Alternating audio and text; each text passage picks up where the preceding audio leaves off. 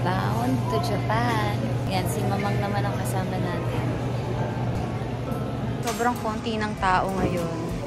Today is November 2, 1:50 AM. Oh, ang bilis lang namin sa immigration. Guys, i-share ko sa inyo yung IO questions kay Mamang at saka sa akin. Unahin na natin yung kay Mamang. For background references, si Mamang is first time niyang magta-travel sa ibang bansa at saka senior citizen na siya.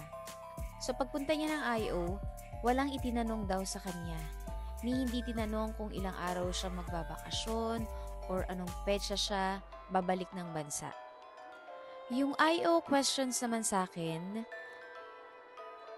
kailan ang balik? Sino ang kasama? Ano ang work? Sino ang sponsor ng trip? Anong work ng husband? At saka, saang bansa nagwo-work ang husband? Boarding time.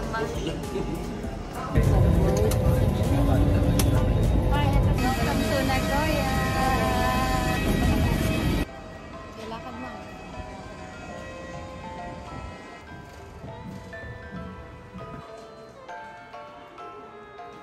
Pupunta muna tayo sa immigration. And then kukunin ko yung bag. After that, pupunta tayo sa Terminal 1. Nahanap ko nga yun. Ano yung hanap mo? Flash. Dito, parang Ano? Doon ka lang nagkaroon ng hint. Na yun yung flash. Paano ko may pa-flash yun? Nahanap ko. Yeah. Paganda ng CR. Hindi ba? Talaga napakalinis. Oo, sobra. Yan. Dito tayo sa conveyor. Kukunin na natin ang ating bag. Kukunin na natin ang bag natin.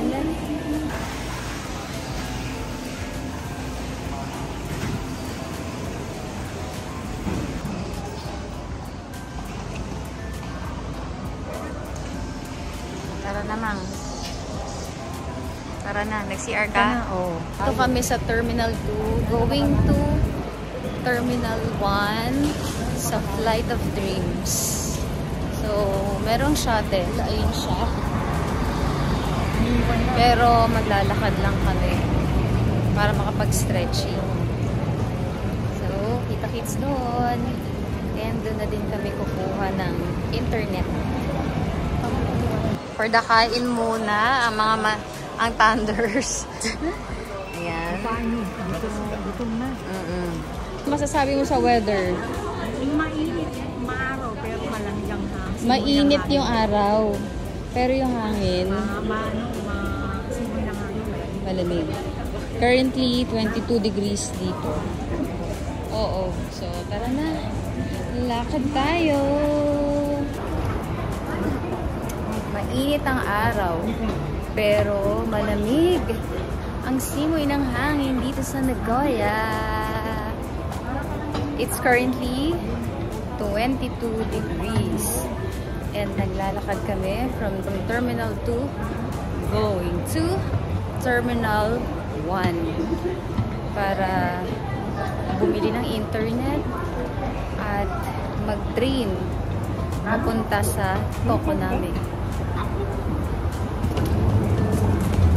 Dito tayo sa mobile center. Kukuha ng wifi.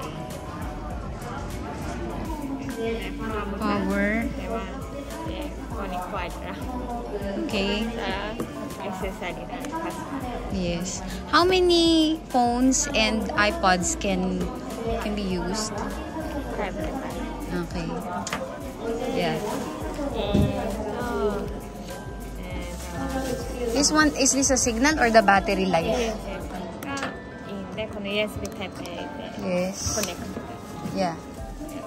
Okay. And then to charge, I will just use how to charge? Anyway, okay. This one. USB. Okay. Thank you. Thank you so much. So nandito na kami sa Tokonami at i-room tour muna namin kayo dito sa aming hotel. Ilalagay ko na lang yung name ng hotel namin dito sa baba. So first, syempre dito, tayo mag-start sa door. And then ayan, merong mirror dito. Merong ginagamit sa, ito yung sa shoes. Tapos, ito kapag namamlansya, meron tayong 6 na hangers. Tapos, ayan, merong slippers. Yan, sinuot ko na, nagubad ako ng shoes. 2 pairs, kami ni Mamang. Tapos, katabi ng door, ito na agad. CR na napakalinis. Ayan, may tissue dito, may towel. Ang linis ng bathtub. Ayan. Merong body soap, may shampoo, may conditioner. Meron tayong face and hand soap. May 2 glasses, merong 2 toothbrush. May pang blow dry ng buhok.